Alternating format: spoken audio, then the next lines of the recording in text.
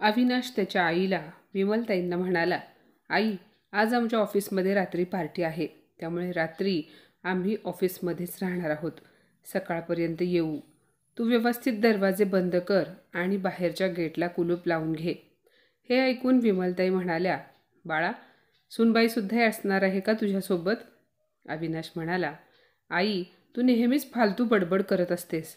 अगं, आता रियासुद्धा माझ्या ऑफिसमध्ये काम करते, तर मग आम्हा दोघांनासुद्धा पार्टीमध्ये जावेच लागेल ना? यात विचारण्यासारखे काय आहे? आई म्हणाली, नाही बाळा, मी तर सहजच विचारले. तेवढ्यात रिया तिच्या खोलीतून बाहेर आली आणि अविनाशला म्हणाली, अविनाश, मला पटकन मार्केटमध्ये घेऊन चल. अरे, ह्या ड्रेसला मॅचिंग कानातले सापडत नाही आहेत. कोणास ठाऊक कुठे ठेवले आहेत. बायकोचे बोलणे ऐकून अविनाशने पटकन बाईक काढली आणि तो लगेच रियाला मार्केटमध्ये घेऊन गेला. रात्रीचे 8 वाजले होते, त्यामुळे आपल्या पतीला महेशरावांना वेळेवर जेवण देता यावे म्हणून विमलाताई स्वयंपाक खोलीत गेल्या. त्यांनी पाहिले तर जेवायला काहीही नव्हते. तोपर्यंत अविनाश मार्केटमधून आला. विमलाताई रियाला म्हणाल्या, सुनबाई, आज जेवणासाठी काय बनवले आहे? तुझ्या बाबांच्या जेवणाची वेळ झाली आहे. त्यानंतर त्यांना औषधेसुद्धा घ्यायची असतात. सासूचे बोलणे ऐकून रिया भयंकर चिडली. ती म्हणाली, आई, मी तुम्हा दोघांसाठी जेवण बनवत बसू की मग ऑफिसच्या पार्टीसाठी तयार होऊ? हे बघा, आज मी तुम्हा दोघांसाठी काहीही बनवले नाही आणि तसेही आम्ही दोघे पार्टीला जात आहोत, त्यामुळे आम्ही दोघेही तिकडेच जेवण करू. तुम्ही तुमचे पाहून घ्या. काही वेळाने अविनाश आणि रिया तयार होऊन ऑफिसच्या पार्टीसाठी निघून गेले. इकडे विमलाताईंनी रात्रीच्या जेवणासाठी कुकरमध्ये खिचडी लावली. खिचडी तयार झाल्यावर विमलताईंनी दोघांसाठी खिचडी वाढून घेतली आणि आपल्या खोलीत बसून दोघेही जेवण करू लागले. उन्हाळ्याचे दिवस होते, त्यामुळे त्या दोघांनाही खूप गरम होत होते.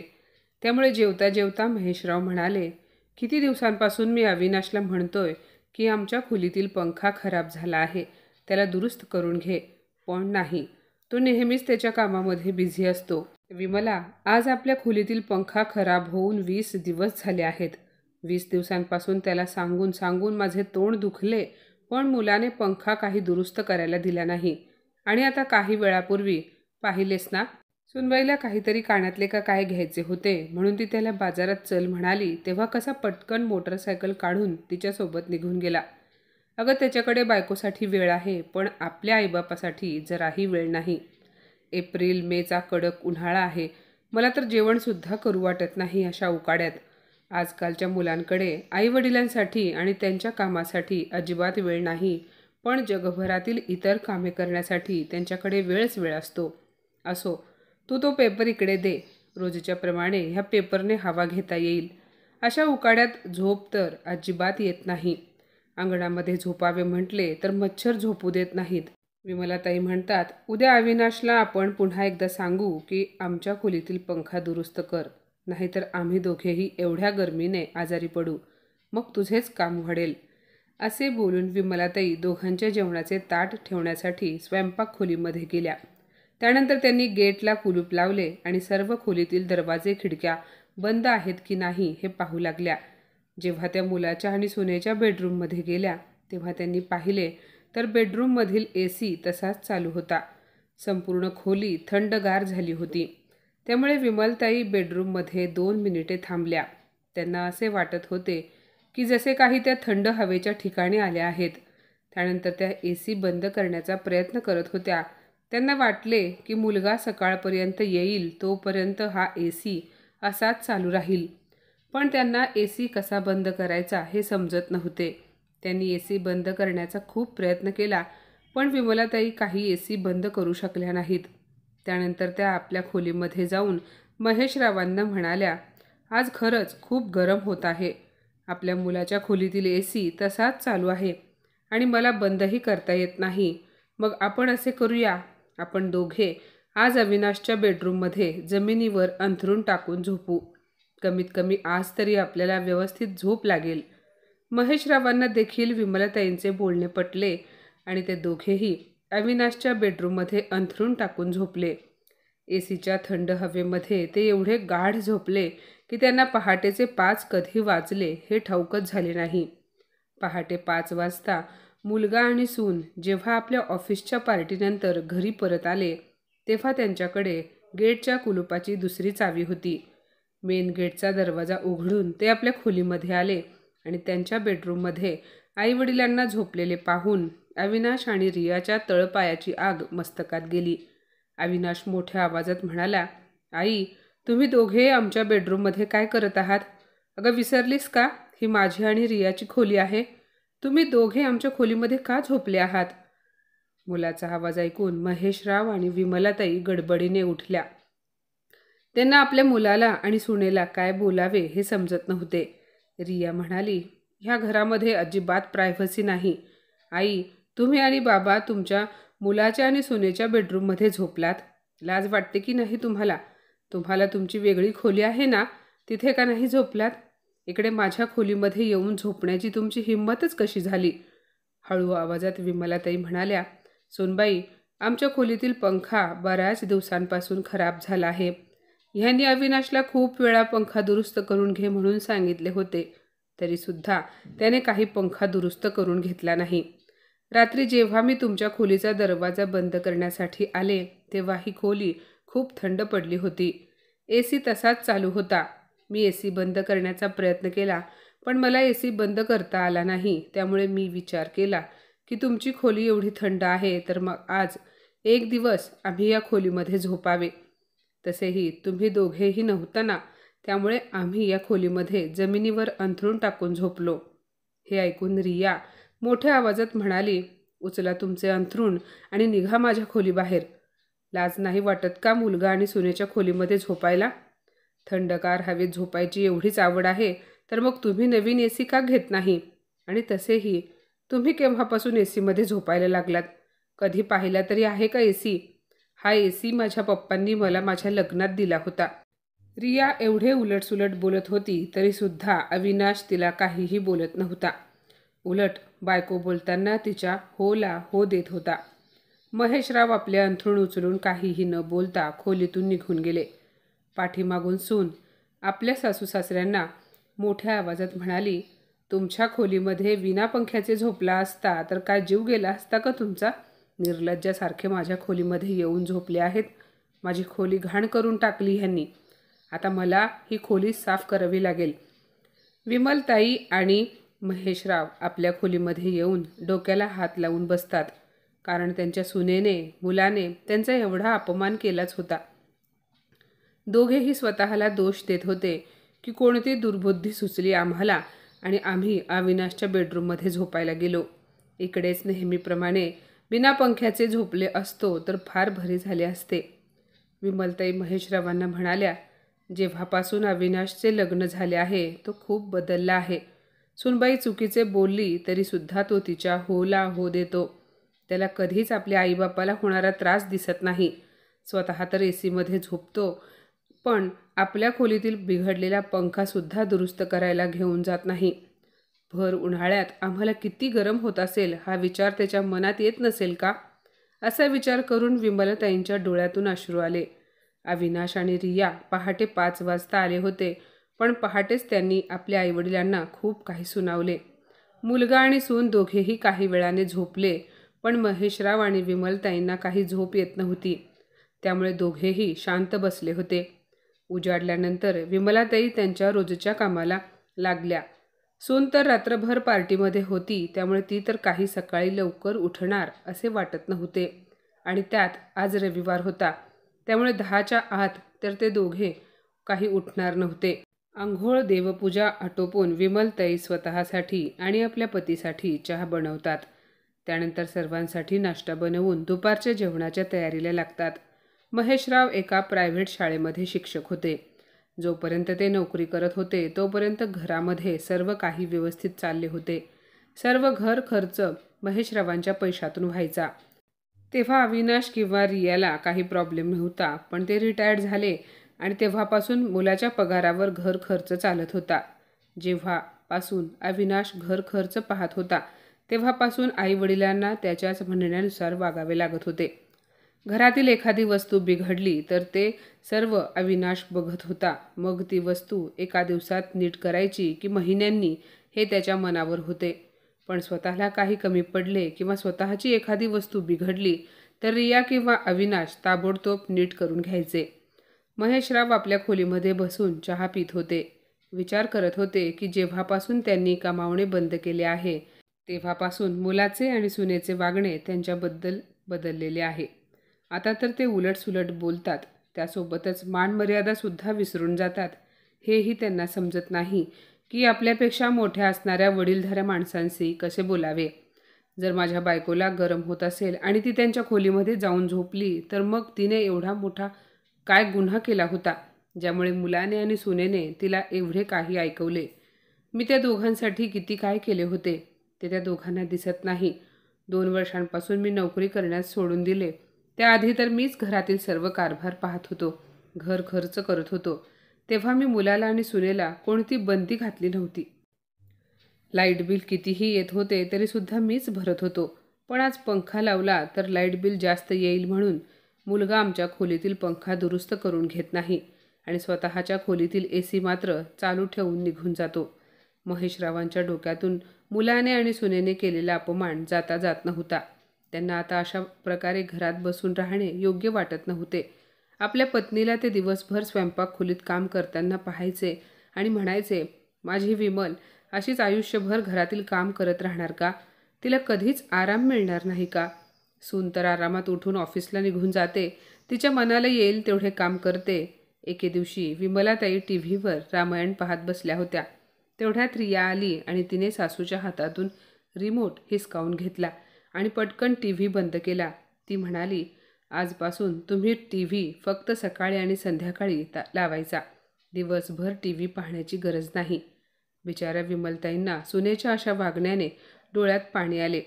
त्या आपल्या खोलीत जाऊन रडायला लागल्या. वीज बिल अविनाश भरतो, त्यामुळे त्याची बायको TV सुद्धा लावू देत नाही.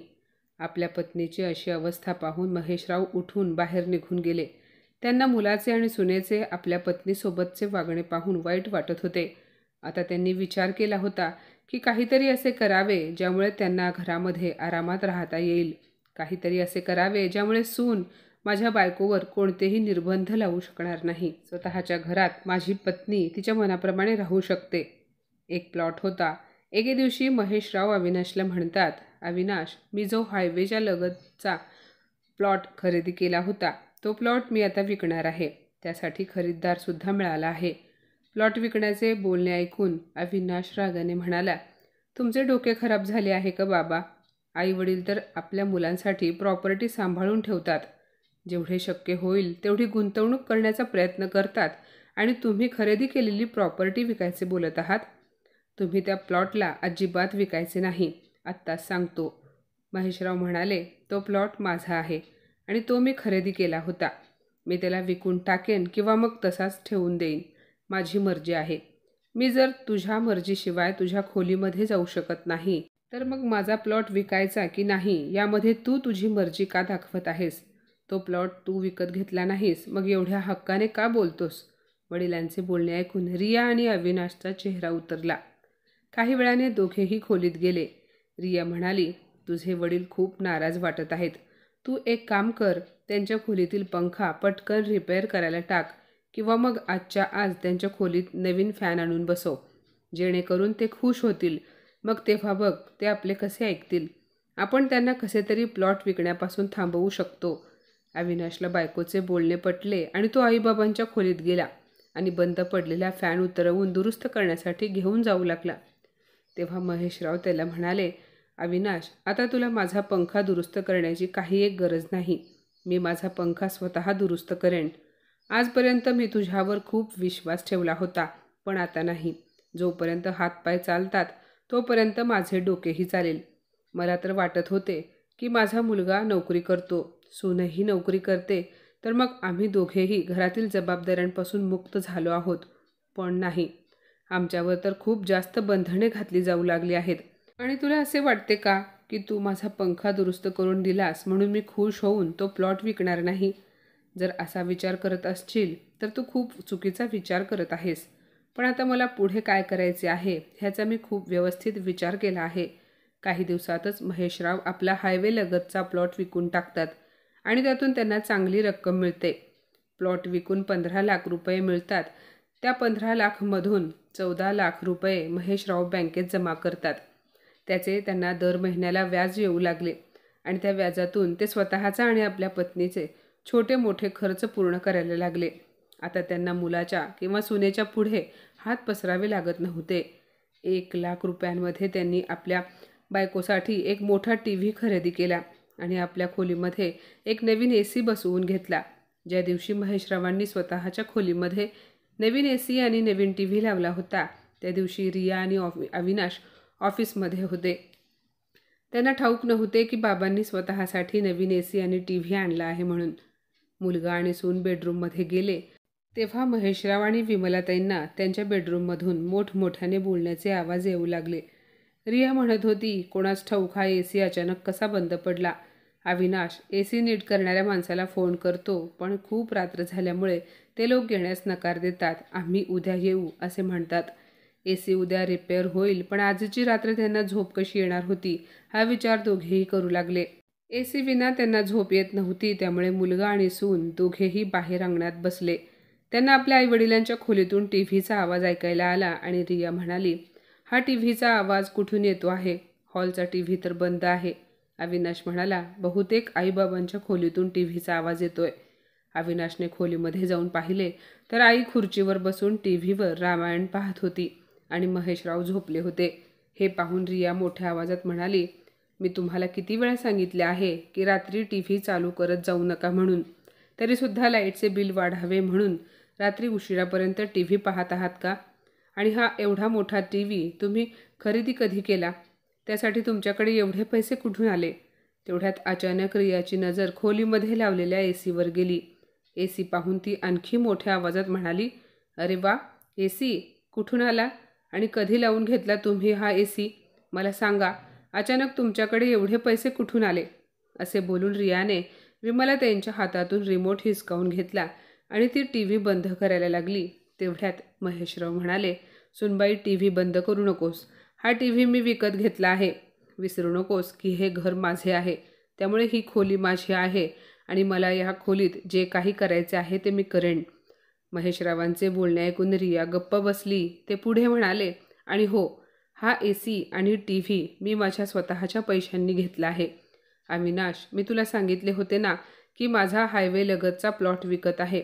तर तो प्लॉट मी विकला आणि त्याचे सर्व पैसे मी माझ्या बायकोच्या नावावर ठेवले आहेत आणि त्या पैशातील काही पैसे काढून मी हा नवीन TV आणि AC घेतला आहे.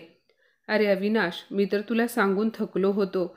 एवढ्या दिवसात तू आमच्या खोलीतील एक पंखा दुरुस्त करू शकला नाहीस, कारण तुला आता आमच्यावर पैसे खर्च करणे अवघड वाटते.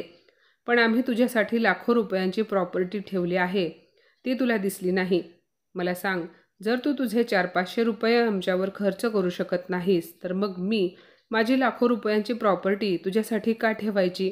त्यामुळे प्रॉपर्टी विकून आम्ही दोघेही आमचे म्हातारपण आरामामध्ये घालवणार आहोत.